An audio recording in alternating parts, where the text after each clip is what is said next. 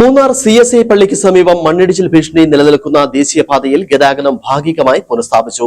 Technical കമ്മിറ്റിയുടെ ശുപാർശയെ തുടർന്ന് ജില്ലാ ഭരണകൂടം വൺവേ ഗതാഗതത്തിന് അനുമതി നൽകി.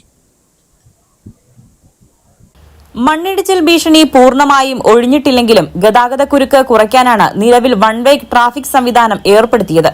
അടിമാലി ഭാഗത്തു നിന്നുള്ള വാഹനങ്ങൾ ദേശീയപാത വഴി നേരിട്ട് മൂന്നാർ ടൌണിലേക്ക് പ്രവേശിക്കും. മാട്ടുപ്പെട്ടി മറയൂർ ഭാഗത്തു നിന്നുള്ള വാഹനങ്ങൾ ദേവികുളം റൂട്ടിലെ ചെറിയ പാലം കടന്ന് പുതിയ പാലം വഴിയാണ് അടിമാലിയിലേക്ക് പോകേണ്ടത്. ഗതാഗതം നിയന്ത്രിക്കാൻ പോലീസ്, മോട്ടോർ വാഹന വകുപ്പ്, ദേശീയപാത അതോറിറ്റി എന്നിവയുടെ പ്രത്യേക നിരീക്ഷണവും ഉണ്ടാകും. റോഡിന്റെ ഇരുവശങ്ങളിലും ബാരിക്കേഡുകളും മുന്നറിയിപ്പ് ബോർഡുകളും സ്ഥാപിക്കും. മണ്ണിടിച്ചിലുണ്ടായ ഭാഗത്ത് വാഹനങ്ങൾ നിർത്താനോ യാത്രക്കാർ വാഹനത്തിൽ നിന്ന് ഇറങ്ങാനോ അനുവദിക്കില്ല.